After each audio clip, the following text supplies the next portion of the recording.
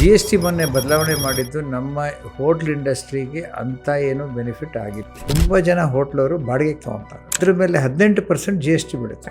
ಆ GST ನಮಗೆ input ಇಲ್ಲ, ನಾವೆಲ್ಲ 5% ಟ್ಯಾಕ್ಸಲ್ಲಿ ಬರುತ್ತೆ. ಹಲವಾರು ಸರ್ತಿ ರೆಪ್ರೆಸೆಂಟೇಷನ್ ಕೊಟ್ಟಿದ್ದೀವಿ, ಹೋಟ್ಲಿಗೆ ಇಂಡಸ್ಟ್ರಿ ಸ್ಟೇಟಸ್ ಕೊಡಿ, ಯಾಕಂದರೆ ನಮಗೆ ಇಂಡಸ್ಟ್ರಿ ಸ್ಟೇಟಸ್ ಕೊಟ್ಟರೆ ನಮಗೆ ಒಂದೆರಡು ಲಾಭ ಆಗುತ್ತೆ, ಇನ್ನೊಂದೆರಡು ಕಷ್ಟನೂ ಆಗ್ಬೋದು. ಸರ್, ನಮ್ಗೆ ಯಾವ ಥರ ಕನ್ಸೆಷನ್ ಎಲ್ಲಿ ಏನೂ ಕೊಡಲ್ಲ. ಟೂರಿಸಂ ಡೆವಲಪ್ಮೆಂಟ್ ಅಂತ ಹೇಳ್ತಾರೆ, ನಮ್ಗೆ ಕನ್ಸೆಷನಲ್ಲಿ ಒಂದು ಜಾಗ ಕೊಡೋದಿಲ್ಲ, ನೀವು ಮಾರ್ಕೆಟ್ ಪ್ರೈಸ್ ಕೊಡಿ ಅಂತಾರೆ. ಬಡ್ಡಿಗೇನೋ ಕೆಲವುದು ಟೂರಿಸಂ ಪ್ರಮೋಷನ್ ಅಂತೇಳಿ ಒಂದು 0.5% ಕಮ್ಮಿ ಮಾಡ್ಬೋದು. ಡ್ರಾಸ್ಟಿಕ್ಲಿ ಏನೂ ಕೊಡಲ್ಲ, ಸಬ್ಸಿಡಿ ಅಂತ ಏನೂ ಕೊಡ್ತಾ ಇಲ್ಲ. ವಿಜಯ ಕರ್ನಾಟಕ ವೆಬ್ ವೀಕ್ಷಕರಿಗೆ ನಮಸ್ಕಾರ, ನಾನು ಬಾಲರಾಜ್ ತಂತ್ರಿ. ವೀಕ್ಷಕರೇ, ಮುಂದಿನ ಭಾನುವಾರ ಅಂದ್ರೆ ಫೆಬ್ರವರಿ 1ನೇ ತಾರೀಕು ನಿರ್ಮಲಾ ಸೀತಾರಾಮನ್ ಅವರು, ಕೇಂದ್ರ ಹಣಕಾಸು ಸಚಿವೆ, ಅವರು ಯೂನಿಯನ್ ಬಜೆಟ್ ಅನ್ನ ಮಂಡಿಸ್ತಾ ಇದ್ದಾರೆ. ಸಾಮಾನ್ಯವಾಗಿ ಬಜೆಟ್ ಅಂದ ತಕ್ಷಣ ಸಾರ್ವಜನಿಕ ವಲಯದಲ್ಲಿ ಮತ್ತು ಇತರ ಎಲ್ಲಾ ಉದ್ಯಮಗಳು ಬಹಳಷ್ಟು ನಿರೀಕ್ಷೆ ಇದ್ದೇ ಇರುತ್ತೆ. ಈ ವಿಚಾರದ ಬಗ್ಗೆ ಮಾತನಾಡಲಿಕ್ಕೆ ಬೆಂಗಳೂರು ಹೋಟೆಲ್ ಮಾಲೀಕರ ಸಂಘದ ಅಧ್ಯಕ್ಷರಾಗಿರುವಂತಹ ಸುಬ್ರಹ್ಮಣ್ಯ ಹೊಳ್ಳ ಅವರು ವಿಜಯ ಕರ್ನಾಟಕ ಡಿಜಿಟಲ್ ಸ್ಟುಡಿಯೋದಲ್ಲಿದ್ದಾರೆ. ಕಾರ್ಯಕ್ರಮಕ್ಕೆ ಅವರಿಗೆ ಸ್ವಾಗತ ಸರ್. ನಮಸ್ತೆ. ನಮಸ್ಕಾರ ಸರ್. ಈ ಬಾರಿಯ ಒಂದು ಬಜೆಟ್, ಸಾಮಾನ್ಯವಾಗಿ ಪ್ರತಿ ಒಂದು ಬಜೆಟ್ ಅಲ್ಲೂ ಕೂಡ ಕೇಂದ್ರ ಸರ್ಕಾರದ ಬಜೆಟ್ ಅಲ್ಲಿ ಆಗಲಿ ರಾಜ್ಯ ಸರ್ಕಾರದ ಬಜೆಟ್ ಅಲ್ಲಾಗಲಿ ಬಹಳ ಒಂದು ನಿರೀಕ್ಷೆ ಉದ್ಯಮಗಳಿಗೆ ಇರುತ್ತೆ. ಕೇಂದ್ರ ಸರ್ಕಾರದ ಬಜೆಟ್ ಬಗ್ಗೆ ನಿಮ್ಮ ಒಂದು ಉದ್ಯಮಕ್ಕೆ ಇರುವಂತ ನಿರೀಕ್ಷೆ? ನಮ್ದು ಸುಮಾರು ಇದೆ. ಆ್ಯಕ್ಚುಲಿ ನಾವು ಹೇಳಬೇಕು ಅಂದರೆ, ನಾವು ಕೇಂದ್ರ ಸರ್ಕಾರಕ್ಕೆ ಆಗಲೇ ಒಂದು ಮೆಮೊರಾಂಡಮ್ ಫೈನಾನ್ಸ್ ಮಿನಿಸ್ಟ್ರಿಗೆ ಕೊಟ್ಟಿದ್ದೀವಿ, ನಮ್ಮ ಡಿಮ್ಯಾಂಡ್ಸ್ ಏನಿದೆ ಅಂತ. ಅದ್ರ ಬಗ್ಗೆ ನಾನು ಹೇಳಬೇಕು ಅಂದರೆ, ನಾವು ಎರಡೆರಡು ವಿಷಯ ಅದರಲ್ಲಿ ಕೇಳಿದ್ದೀವಿ. ಏನಂತ ಪ್ರಮುಖವಾಗಿ ನಮಗೆ ಈ ESI ಕಟ್ತೀವಲ್ಲ ಕಾರ್ಮಿಕರಿಗೆಲ್ಲ, ಅದು ತಡ ಆದಲ್ಲಿ ESI PF ತಡ ಆದಲ್ಲಿ ಬಡ್ಡಿ ಹಾಕ್ತಾರೆ. ಆ ಬಡ್ಡಿ ಹಾಕಿದ್ರೆ ಆ ಬಡ್ಡಿನ ನಮಗೆ ಎಕ್ಸ್ಪೆಂಡಿಚರ್ ಆಗಿ ಇನ್ಕಮ್ ಟ್ಯಾಕ್ಸಲ್ಲಿ ಅಲೌ ಮಾಡೋದಿಲ್ಲ. ಸೊ ಅದನ್ನು ದಯವಿಟ್ಟು ಓವರ್ಲುಕ್ ಮಾಡಿ ಅದನ್ನು ಎಕ್ಸ್ಪೆಂಡಿಚರ್ ಆಗಿ ಅಲೌ ಮಾಡಿ. ಯಾಕಂದರೆ PF ಆದರೆ ಇಂಟ್ರೆಸ್ಟ್ ನಾವೇನು ಬಡ್ಡಿ ಕಟ್ತೀವಿ ಅದು ಕಾರ್ಮಿಕರಿಗೆ ತಲುಪುತ್ತೆ. ನಮಗೆ ಅದನ್ನು ಎಕ್ಸಂಪ್ಷನ್ ಕೊಡಿ ಅಂತ, ಎಕ್ಸ್ಪೆಂಡಿಚರ್ ಆಗಿ ಅಲೌ ಮಾಡಿ ಅಂತ ಒಂದು ಕೇಳಿದ್ದೀವಿ. ಎರಡನೇದು, ನಾವು ಪ್ರಮುಖವಾಗಿ ಅವ್ರ ಹತ್ರ ನಾವು ಕೇಳಿರೋದು, ನಾವು ಈ ಸರ್ತಿ ನಮ್ಮ ಹೋಟೆಲ್ ಉದ್ಯಮ ಮೇಲೆ ಬಾಡಿಗೆ ತುಂಬ ಜನ ಹೋಟ್ಲವರು ಬಾಡಿಗೆಗೆ ತೊಗೊತಾರೆ. ಆ ಬಾಡಿಗೆ ಹೋಟ್ಲು ಇದೆಯಲ್ಲ, ಅದ್ರ ಮೇಲೆ 18% GST ಬೀಳುತ್ತೆ. ಆ GST ನಮಗೆ ಇನ್ಪುಟ್ ಇಲ್ಲ, ಸಿಕ್ಕಲ್ಲ. ನಮ್ಮ ಹೋಟ್ಲವ್ರಿಗೆ ಇನ್ಪುಟ್ ಇಲ್ಲ, ನಾವೆಲ್ಲ 5% ಟ್ಯಾಕ್ಸಲ್ಲಿ ಬರ್ತೀವಿ. ಅದರಿಂದ ನಮಗೆ ಇನ್ಪುಟ್ ಸಿಕ್ಕಲ್ಲ. ಅದನ್ನು ನೀವು 18 ಬದಲು ಒಂದು 5 ಆದರೂ ಮಾಡಿ ಅಂತ ನಾವು ಕೋರಿಕೆ ಇಟ್ಟಿದ್ದೀವಿ. ಇದು ಪ್ರಮುಖವಾಗಿ ನಮ್ದು ಒಂದು ಡಿಮ್ಯಾಂಡ್ ಇದು. ಸರ್, ಈಗ ESI ಒಂದು ಇದರ ಬಗ್ಗೆ ಹೇಳಿದ್ರಲ್ಲ, ಏನು ಇಂಟ್ರೆಸ್ಟ್ ರೇಟ್, ಅದೇನು ಒಂದು ಈ ಒಂದು ಕಟ್ ಆಫ್ ಡೇಟ್ ಅಂತ ಇರುತ್ತೆ, ಈ ಡೇಟ್ ಒಳಗೆ ಪೇಮೆಂಟ್ ಮಾಡಬೇಕು. ಪ್ರತಿ ತಿಂಗಳು 15ರಲ್ಲಿ ನಾವು ಕಟ್ಟಬೇಕು. ಕಟ್ಟದೇ ಇದ್ರೆ ನಾನು ಒಂದು ತಿಂಗಳು 15 ದಿನ ಡಿಲೇ ಆಯಿತು. ಡಿಲೇ ಆದರೆ ಆ ESI ಕಟ್ಟಿದ ಅಮೌಂಟ್ಗೂ ಎಕ್ಸಂಪ್ಷನ್ ಇಲ್ಲ, ಬಡ್ಡಿಗೂ ಇಲ್ಲ. ಅಂದರೆ ನನಗೆ ಎಕ್ಸ್ಪೆಂಡಿಚರ್ ಆಗಿ ಬುಕ್ ಮಾಡೋಕ್ಕಾಗೋದಿಲ್ಲ ಅದು. ಓಕೆ. ಅಂದರೆ ಆ ESI ಏನು ಪೆನಾಲ್ಟಿ ಥರ ಏನು ಇದು ಮಾಡ್ತಾರೆ, ಅದೇನು ದೈನಂದಿನ ಇದರ ಮೇಲೆ ಕ್ಯಾಲ್ಕುಲೇಟ್ ಮಾಡ್ತಾರೆ, ಹೆಂಗೆ ಸರ್? ESIನ ಪ್ರತಿನಿತ್ಯ ಒಬ್ಬ ಕಾರ್ಮಿಕ 30 ದಿನ ಕೆಲಸ ಮಾಡಿದ್ರೆ ಅವ್ರಿಗೆ ಇಷ್ಟು ಪರ್ಸೆಂಟೇಜ್ ಅಂತಿದೆ, ಅಷ್ಟು ಪರ್ಸೆಂಟೇಜನ್ನು ನಾವು ಸರ್ಕಾರಕ್ಕೆ ಕಟ್ಟಬೇಕು. ಅವ್ರ ಕಡೆಯಿಂದ ಒಂದು ಸ್ವಲ್ಪ, ನಮ್ಮ ಕಡೆಯಿಂದ ಒಂದು ಸ್ವಲ್ಪ ಹಾಕಿ ಕಟ್ತೀವಿ. ಇದನ್ನು ಅದ್ರ ಕಟ್ಟು ತಡ ಆದಲ್ಲಿ ಇದು ಹಾಕ್ತಾರೆ. ಅದನ್ನು ಒಂದು ಲಿಮಿಟ್ ಇಡಬೇಕು ಅವರು. ಒಂದು ತಿಂಗಳೊಳಗೆ ಕಟ್ಟಲಿಲ್ಲ ಅಂದರೆ ನಿಮಗೆ ಅದನ್ನು ಡಿಸಲವ್ ಮಾಡ್ತೀವಿ. ನೀವು ಆ ಡೇಟ್ ಆದಮೇಲೆ ಕಟ್ಟಿದ್ರೇ ಡಿಸಲವ್ ಮಾಡ್ತಾರೆ. ಈಗ 15ನೇ ತಾರೀಕು ಅಂದರೆ ನಾನು 20ಕ್ಕೆ ಕಟ್ಟಿದ್ರು ಕೂಡ ಅವ್ರ ಎಕ್ಸ್ಪೆಂಡಿಚರ್ ಡಿಸಲೌಡ್ ಇದೆ. ನಮ್ಮಲ್ಲಿ ಕೆಲವರು ದುರುಪಯೋಗ ಪಡಿಸ್ಕೊತಾರೆ. ನೀವು ಅವರ ಇತಿಹಾಸ ನೋಡಿ ಅವ್ರಿಗೇನಾದರೂ ಒಂದು ಕನ್ಸಿಡರೇಷನ್ ಕೊಡಲಿ ಅಂತ. ಟ್ರ್ಯಾಕ್ ರೆಕಾರ್ಡ್ ನೋಡಿಕೊಂಡು, ಇವಾಗ ನಾನು ಪ್ರತಿನಿತ್ಯ ನಾನು ಡಿಫಾಲ್ಟ್ ಆಗ್ತಾ ಇದ್ದರೆ ನನಗೆ ಬೇಡ, ಕೊಡೋದು ಬೇಡ ನೀವು. ಸರ್, ಆಮೇಲೆ ಈ ಹೋಟೆಲ್ ಉದ್ಯಮ ಬಹಳಷ್ಟು ದಿನದ ಒಂದು ಡಿಮಾಂಡ್ ಸರ್, ಅದಕ್ಕೊಂದು ಸ್ಟೇಟಸ್ ಕೊಡಬೇಕು ಅಂತ. ಈ ಬಗ್ಗೆ ಏನು ಹೇಳಕ್ ಬಯಸ್ತೀರಿ ಸರ್ ನೀವು? ಅಂದ್ರೆ ಈ ಬಾರಿಯ ಬಜೆಟ್ ಅಲ್ಲಾದ್ರೂ ಏನಾದ್ರು ಅದರ ಬಗ್ಗೆ ಏನಾದರೂ ಒಂದು ನಿರೀಕ್ಷೆ? ಸರ್, ನಾವು ಸ್ಟೇಟ್ ಗೌರ್ಮೆಂಟ್ಗೆ ಹಲವಾರು ಸರ್ತಿ ರೆಪ್ರೆಸೆಂಟೇಷನ್ ಕೊಟ್ಟಿದ್ದೀವಿ, ಹೋಟ್ಲಿಗೆ ಇಂಡಸ್ಟ್ರಿ ಸ್ಟೇಟಸ್ ಕೊಡಿ, ಯಾಕಂದರೆ ನಮಗೆ ಇಂಡಸ್ಟ್ರಿ ಸ್ಟೇಟಸ್ ಕೊಟ್ಟರೆ ನಮಗೆ ಒಂದೆರಡು ಲಾಭ ಆಗುತ್ತೆ, ಇನ್ನೊಂದೆರಡು ಕಷ್ಟನೂ ಆಗ್ಬೋದು. ಫ್ಯಾಕ್ಟ್ರೀಸ್ ಆ್ಯಕ್ಟ್ ಬರ್ಬೋದು ಅಥವಾ ಈ ಥರದ್ದೆಲ್ಲ ಅಪ್ಲಿಕೇಬಲ್ ಆಗ್ಬೋದು. ಆದರೆ ನಮಗೆ ಇಂಡಸ್ಟ್ರಿ ಸ್ಟೇಟಸ್ ಕೊಟ್ಟರೆ ನೀವು ಕೆಲವು ಪವರ್ ಕನ್ಸೆಷನ್ ಸಿಗುತ್ತೆ ನಮಗೆ. ಅದನ್ನು ಮೊನ್ನೆ ಇತ್ತೀಚೆಗೆ ಒಂದು 3-4 ವರ್ಷದ ಕೆಳಗೆ 3 ಸ್ಟಾರ್ ಹೋಟೆಲ್ಸ್ ತನಕ ತಂದಿದ್ದಾರೆ. ನಾನು ಹೇಳೋದು, ಪ್ರವಾಸೋದ್ಯಮಿಗೆ ನೀವು ಬೇರೆ ಎಲ್ಲದಕ್ಕೂ ಹೋಟ್ಲ್ ಇಂಡಸ್ಟ್ರಿ ಅಂತ ಕನ್ಸಿಡರ್ ಮಾಡ್ತೀರಾ, ಹೆಸರು ಮಾತ್ರ ನಮ್ಗೆ ಇಂಡಸ್ಟ್ರಿ ಕೊಡೋಲ್ಲ, ಹೋಟ್ಲ್ ಅಂತೀರ. ಸೊ ಇಂಡಸ್ಟ್ರಿ ಸ್ಟೇಟಸ್ ಕೊಟ್ಟರೆ ನಮಗೆ ಕೆಲವುದು ಈ ವಿದ್ಯುತ್ತು, ನೀರು ಇಂಥದ್ರೊಳಗೆ ಕನ್ಸೆಷನ್ ಸಿಗುತ್ತೆ. ಅಂದರೆ ಏನಾದರೂ ಒಂದು ಪಾಸಿಟಿವ್ ರೆಸ್ಪಾನ್ಸ್ ಬಂದಿದೆಯಾ? ಇವತ್ತಿನ ತನಕ ಕೇಳ್ತಾ ಇದ್ದೀವಿ, ಏನೂ ಆಗಿಲ್ಲ ಸರ್. ಐ ಹೋಪ್ ಈ ಸರ್ತಿ ಫೈನಾನ್ಸ್ ಮಿನಿಸ್ಟರ್ ಇದನ್ನು ಕೇಳಿ ಏನಾದರೂ ಮಾಡ್ತಾರೆ ಅಂತ ಹೇಳ್ಬಿಟ್ಟು ನಮ್ಮ ಸಿದ್ದರಾಮಯ್ಯನವರು. ಓಕೆ, ಆಯ್ತು ಸರ್. ಈಗ ಈ ಕಳೆದ ವರ್ಷ ಮಾಡಿದಂತ ಕೇಂದ್ರ ಸರ್ಕಾರ ಹೇಳ್ಕೊಳ್ಳುವಂತ ಕ್ರಾಂತಿಕಾರಿ GST ಬದಲಾವಣೆ, ಅದು ಹೋಟೆಲ್ ಇಂಡಸ್ಟ್ರಿಗೂ ಯಾವ ರೀತಿ ಅದರದ್ದು ಇಫೆಕ್ಟ್ ಆಯಿತು ಸರ್? ಸರ್, GST ಮೊನ್ನೆ ಬದಲಾವಣೆ ಮಾಡಿದ್ದು ನಮ್ಮ ಹೋಟ್ಲ್ ಇಂಡಸ್ಟ್ರಿಗೆ ಅಂಥ ಏನೂ ಬೆನಿಫಿಟ್ ಆಗಿಲ್ಲ. ಆಗಿದೆ ಅಂದರೆ ನಮ್ಮ ಲಾಡ್ಜಿಂಗಲ್ಲಿ ಇರೋರಿಗೆ ಸ್ವಲ್ಪ ಆಗಿದೆ. ಯಾಕಂದರೆ 12% ಟ್ಯಾಕ್ಸ್ ಇತ್ತು ಅವ್ರಿಗೆಲ್ಲ ತೊಗೊಂಬಂದು 5% ಹಾಕಿದ್ದಾರೆ. ಅದರಲ್ಲಿ 7 ಅದ್ರದ್ದು ಇನ್ಫ್ಯಾಕ್ಟ್ ಒಂದು ಡಿಮ್ಯಾಂಡ್ ನಾವು ಆಗಲೇ ಕೊಟ್ಟಿದ್ವಿ ಹಿಂದೆ, ಅದನ್ನೇನು ಮಾಡಿಲ್ಲ. ನಾವೇನು ಹೇಳ್ತಾ ಇದ್ದೀವಿ, 7,500 ಮೇಲೆ ಹೋದ ಕೂಡಲೇ ಒಂದು ದಿನದ ಬಾಡಿಗೆ 7,500 ಮೇಲೆ ಹೋದ ಕೂಡಲೇ 18% ಅಂತ ಮಾಡಿದ್ದಾರೆ. ಈಗ 6 ವರ್ಷ ಆಯ್ತಲ್ಲ, ಅದನ್ನು ಜಾಸ್ತಿ ಮಾಡಿ 7,500 ಬದಲು 15,000 ಮಾಡಿ. ಅವಾಗ ಏನಾಗುತ್ತೆ, ಈ ಒಂದು ರೂಮು ಒಂದು ದಿನಕ್ಕೆ ದಾಟುವವ್ರಿಗೆ ಈ ತೊಂದರೆ ತಪ್ಪುತ್ತೆ ಅಂತ. ಅದು ಈ ಸರ್ತಿ ಏನೋ ಬದಲಾವಣೆ ಮಾಡಿದ್ದಾರೆ, ಬಟ್ ಪೂರ್ತಿ ಯಾರಿಗೂ ಇನ್ನೂ ಎಫೆಕ್ಟ್ ಗೊತ್ತಿಲ್ಲ ಅದರದ್ದು. ಸೊ ಅದು ಆ ಥರ ಮಾಡಿ ಅಂತ ಹೇಳಿದ್ವಿ. ಅದು ಬಿಟ್ಟರೆ ನಮಗೀಗ 5%ಅಲ್ಲಿ ನಾವು ಸಂತೃಪ್ತರಾಗಿದ್ದೀವಿ. ಯಾಕೆಂದರೆ ಗ್ರಾಹಕರ ಮೇಲೆ ಅದು ಹೊರೆ ಅಲ್ಲ. ಅದರಿಂದ ನಾವು ಬಟ್ 5 ಸ್ಟಾರ್ ಹೋಟ್ಲಿಗೆ 18% ಬೀಳುತ್ತೆ. ಅದನ್ನು ನಾವೇನು ಮಾಡೋಕ್ಕಾಗಲ್ಲ, ಅದು ತೊಂದರೆ ಇಲ್ಲ. ಅದು 18% ರೀಸನೇಬಲ್ ಆಗಿದೆ. ಮೊದಲು ಶುರು ಮಾಡಿದಾಗ 28 ಇಟ್ಟಿದ್ರು, ಈಗ 18 ಮಾಡಿದ್ರು, ಸಾಕದು. ಸರ್, ಈ ಹೋಟೆಲ್ ಒಂದು ನಿರ್ಮಾಣ ಅಥವಾ ಹೋಟೆಲ್ ಒಂದು ರಿನೋವೇಷನ್ ವಿಚಾರಕ್ಕೆ ಸಂಬಂಧಪಟ್ಟಂತೆ ಈ ಒಂದು ದೀರ್ಘಾವಧಿಯ ಒಂದು ಸಾಲ ಯಾವ ರೀತಿ ಕೇಂದ್ರ ಹಣಕಾಸು ಇಲಾಖೆ ಅಥವಾ ಬ್ಯಾಂಕಿಂಗ್ ಸೆಕ್ಟರ್ಗಳು? ಸರ್, ನಮ್ಗೆ ಯಾವ ಥರ ಕನ್ಸೆಷನ್ ಎಲ್ಲಿ ಏನೂ ಕೊಡೋಲ್ಲ. ನಾವು ಒಂದು ಹೋಟೆಲ್ ನಾವು ತೀರ್ಮಾನ ಮಾಡಿ ನಾವು ಒಂದು ಜಾಗ ಫೈನಲೈಸ್ ಮಾಡಿ, ಟೂರಿಸಮ್ ಇರ್ಬೋದು, ಯಾವುದೇ ಇರ್ಬೋದು, ನಮಗೆಲ್ಲೂ ಅನುಕೂಲಗಳೇನೂ ಕೊಡ್ತಾ ಇಲ್ಲ. ಅದನ್ನು ಕೊಟ್ಟರೆ ನಾವು ಭಾಳ ಸಂತೋಷವಾಗಿರ್ತೀವಿ. ಈಗ ಟೂರಿಸಮ್ ಡೆವಲಪ್ಮೆಂಟ್ ಅಂತ ಹೇಳ್ತಾರೆ, ನಮಗೆ ಕನ್ಸೆಷನಲ್ಲಿ ಒಂದು ಜಾಗ ಕೊಡೋದಿಲ್ಲ. ಎಲ್ಲಾದರೂ ಒಂದು ಕಡೆ ಟೂರಿಸಮಲ್ಲಿ ಡೆವಲಪ್ಮೆಂಟ್ ಆಗಬೇಕಾದ್ರೆ ಒಂದು ಕನ್ಸೆಷನಲ್ಲಿ ನಮಗೆ ಜಾಗ ಕೊಡ್ತಾರೆ, ಅದು ಇಲ್ಲ. ನೀವು ಮಾರ್ಕೆಟ್ ಪ್ರೈಸ್ ಕೊಡಿ ಅಂತಾರೆ. ಬಡ್ಡಿಗೇನೋ ಕೆಲವುದು ಟೂರಿಸಮ್ ಪ್ರಮೋಷನ್ ಅಂತೇಳಿ ಒಂದು 0.5% ಕಮ್ಮಿ ಮಾಡ್ಬೋದು. ಡ್ರಾಸ್ಟಿಕ್ಲಿ ಏನೂ ಕೊಡೋಲ್ಲ. ಸಬ್ಸಿಡಿ ಅಂತ ಏನೂ ಕೊಡ್ತಾ ಇಲ್ಲ. ಇವಾಗ ಟೂರಿಸಮ್ ಡೆವಲಪ್ಮೆಂಟಿಗೆ ಸಬ್ಸಿಡಿ ಅಂತ ಏನೂ ಕೊಡ್ತಾ ಇಲ್ಲ. ಈ ಥರದ್ದೆಲ್ಲ ಕೊಟ್ಟರೆ ಒಂದು ಟೂರಿಸಮ್ ಡೆವಲಪ್ ಮಾಡೋದಕ್ಕೆ ಒಂದು ಅವಕಾಶ ಬರುತ್ತೆ.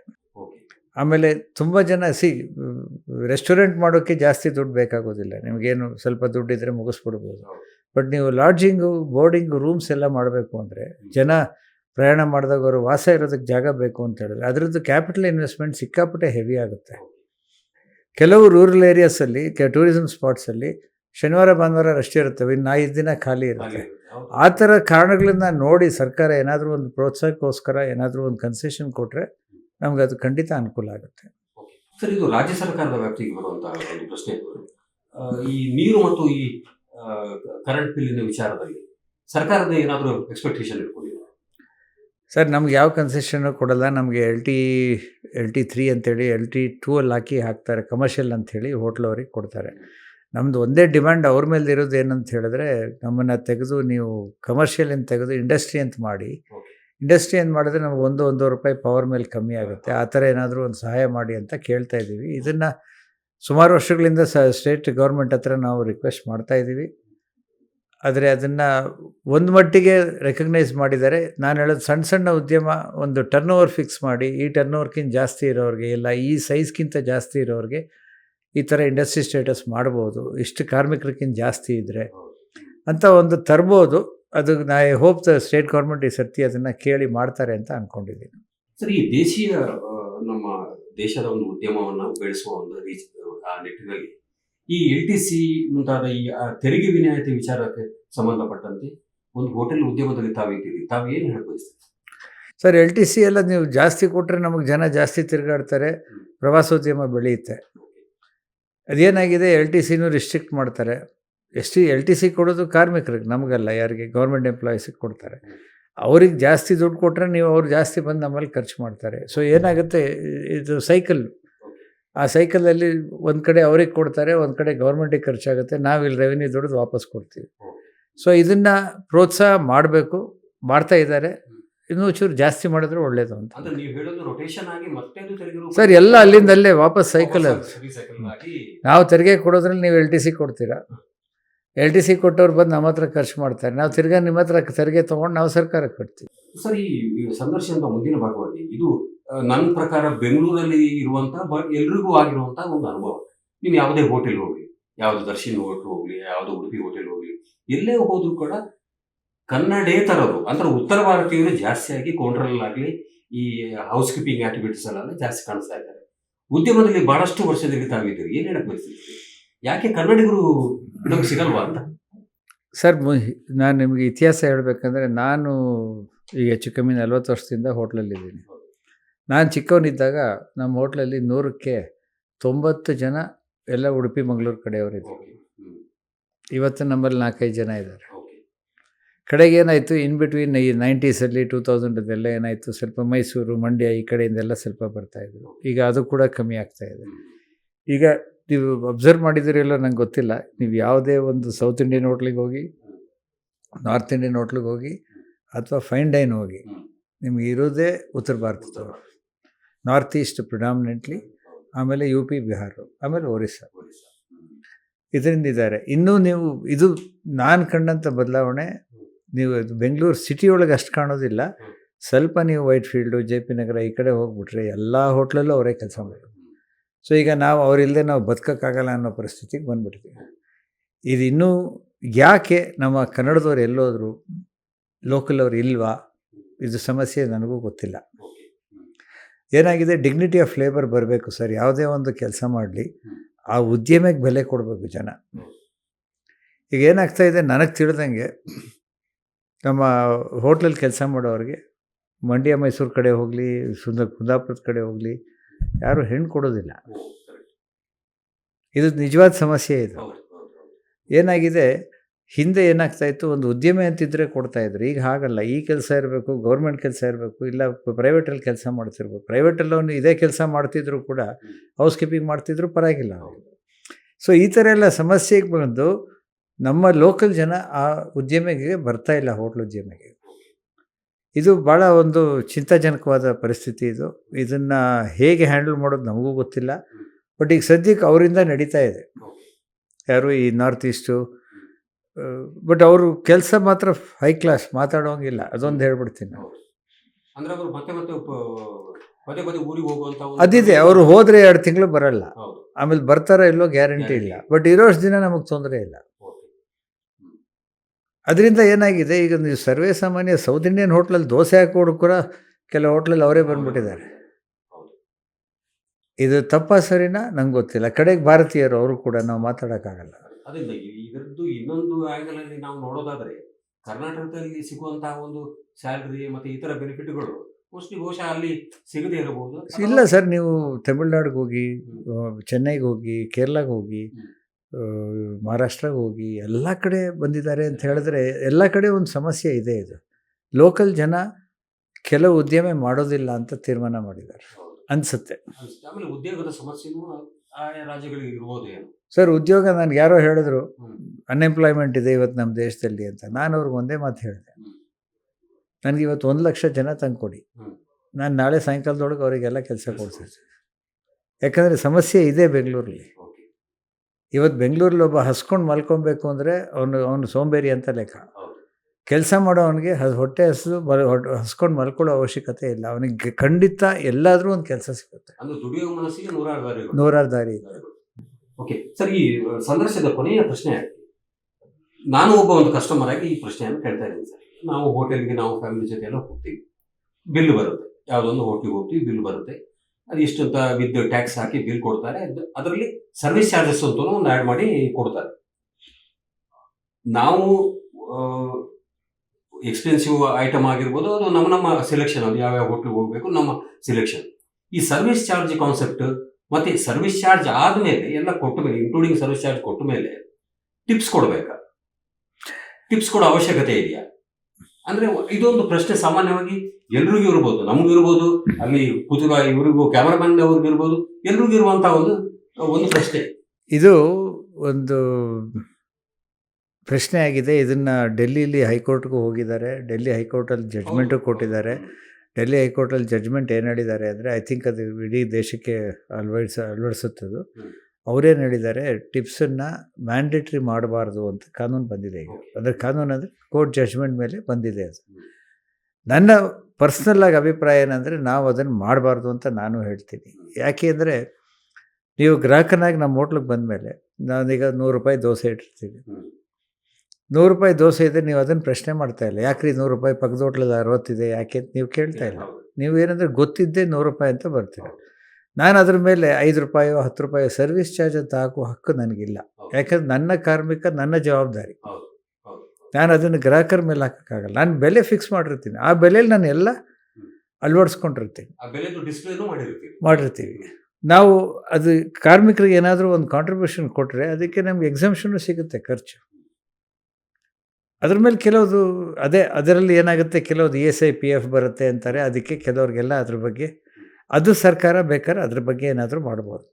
ಯಾವುದು ಏನಾದರೂ ಗ್ರ್ಯಾಚ್ಯುಟಿ ಅಂತ ಕೊಟ್ಟಾಗ ಕಾರ್ಮಿಕರಿಗೆ ತಿಂಗಳು ಕೊಟ್ಟರೆ ಅದನ್ನು ಎಕ್ಸಂಪ್ಷನ್ ಕೊಡೋದಕ್ಕೆ ಟ್ಯಾಕ್ಸ್ ಯಾವ್ದು PF ESI ಬರದೇ ಇರೋವಾಗ ಏನಾದರೂ ಎಕ್ಸಂಪ್ಷನ್ ಕೊಡೋದಕ್ಕೆ ಮಾಡ್ಬೋದು. ಆವಾಗ ಏನಾಗುತ್ತೆ, ಹೋಟ್ಲವರು ಅವ್ರ ಕೈಯಿಂದಾನೇ ಕೊಡ್ತಾರೆ.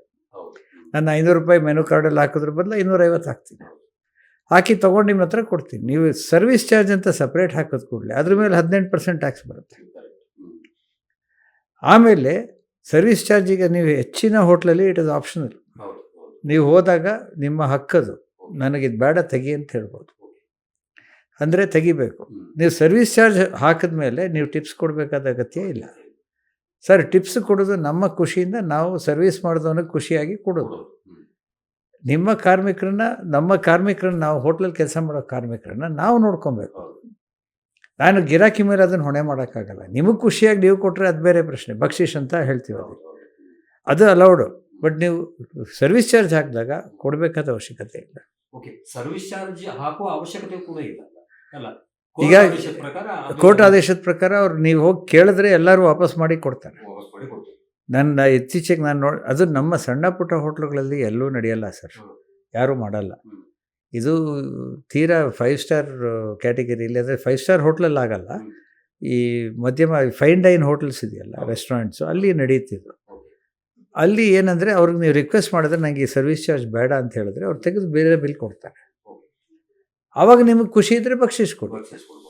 ಅಂದರೆ ನಿಮ್ಮ ಅಸೋಸಿಯೇಷನ್ ಅಂಡರಲ್ಲಿ ಬರುವಂಥ ಹೋಟೆಲ್ ಮಾಲೀಕರಿಗೆ ಈ ಬಗ್ಗೆ ಏನಾದರೂ ಗೊತ್ತು ಸರ್, ನಾವು ಇದ್ರ ಬಗ್ಗೆ ಚರ್ಚೆ ಮಾಡಿದ್ದೀವಿ, ಮಾತಾಡಿದ್ದೀವಿ, ಎಲ್ಲರಿಗೂ ಗೊತ್ತು.